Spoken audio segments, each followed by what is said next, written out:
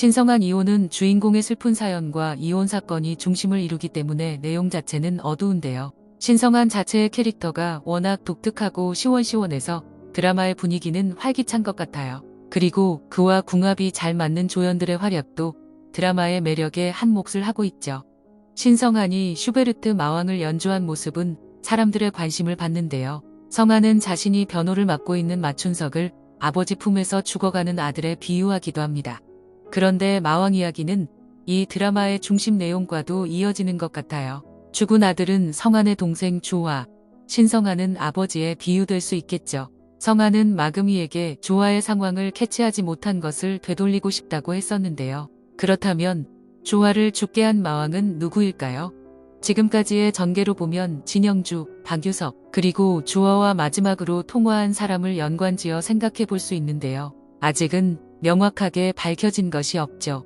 하지만 이제 성한이 본격적으로 금화 로펌에 맞서면서 좀 더 실체에 가까워질 것으로 보입니다. 신성한은 박유석을 찾아가서 그동안 마음속에 담아왔던 질문을 합니다. 주화의 이혼 변호 당시 법안에서 최선을 다했다는 말이 아직도 유효한지요? 이에 박유석은 망설임 없이 바로 그렇다고 하는데요. 성한은 동생의 양육권 분쟁의 결과가 납득이 되지 않아서 직업까지 바꾸면서 갑자기 변호사가 된 사람이었죠. 당시 동생의 담당 변호사였던 박유석이 법의 테두리 안에서 최선을 다했다고 한 말이 진실인지 아닌지 직접 확인해보고 싶어서요. 그래서 그동안 이혼 변호만 해왔고 어려운 상황에서도 최선을 다해 승소를 해왔습니다. 이제 성한은 직접 이혼 변호를 맡으면서 답을 찾은 것 같은데요. 박유석에게 말했듯이 변호사랑 사기꾼은 진짜 한 끗 차이라는 것을요. 그리고 동생 주화는 사기꾼에 의해 벼랑으로 내몰린 것이고요. 그런데 주화와 마지막으로 통화한 핸드폰 번호 뒷자리 1225의 주인공은 누구일까요? 현재 진영주의 핸드폰 번호 뒷자리도 1225인데요.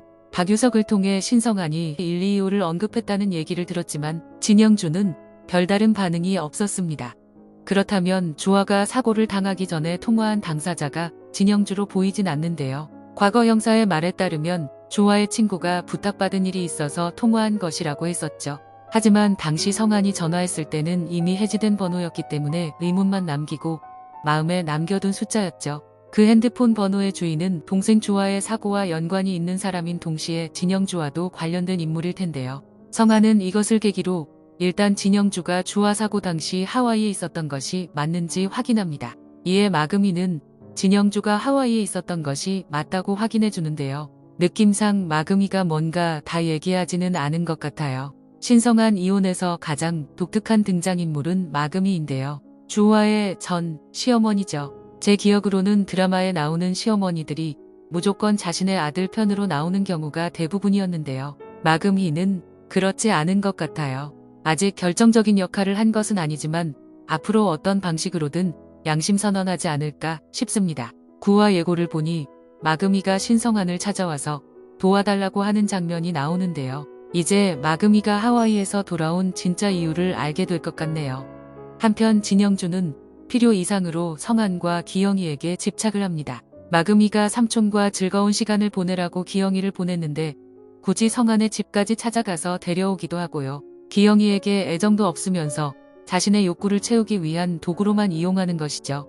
또한 진영주는 딘티화를 이용해서 신성한에 대한 공격도 시작했는데요.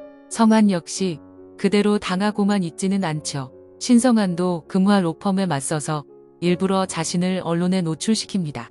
전에 최준 변호사가 몰래 찍은 성한의 피아노 연주 영상을 활용하죠. 바로 슈베르트 마왕을 연주한 것인데요. 그것이 화제가 되어 출연한 라디오에서 마춘석 이혼 소송을 자신이 맡았다는 것을 일부러 언급합니다. 여론이 폭력 남편을 변호하는 신성한을 공격하지만 일단 주목을 받는 게 목적이었죠. 이것만으로도 진영주와 박유석은 위기를 느낀 듯 최준을 불러 염탐하기도 합니다.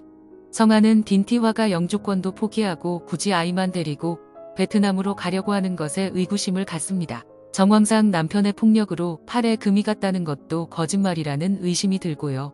결국에는 현근과 정식이 해남에 방문해서 염탐한 내용을 토대로 어떤 결론에 이르는데요. 성한은 직접 해남까지 가서 마춘석에게 사실 확인을 합니다. 그리고 성한이 법정에서 딘티화의 아이에 대한 친자 확인을 요청하면서 8화가 마무리되었습니다. 다음 화에서는 신성한 변호사가 마춘석의 명예를 찾아줄 수 있을 것 같네요.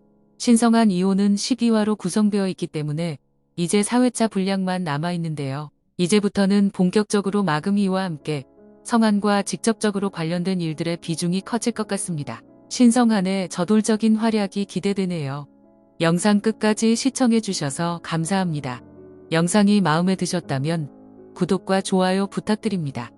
다음번에 더 좋은 내용으로 찾아오겠습니다. 행복하세요.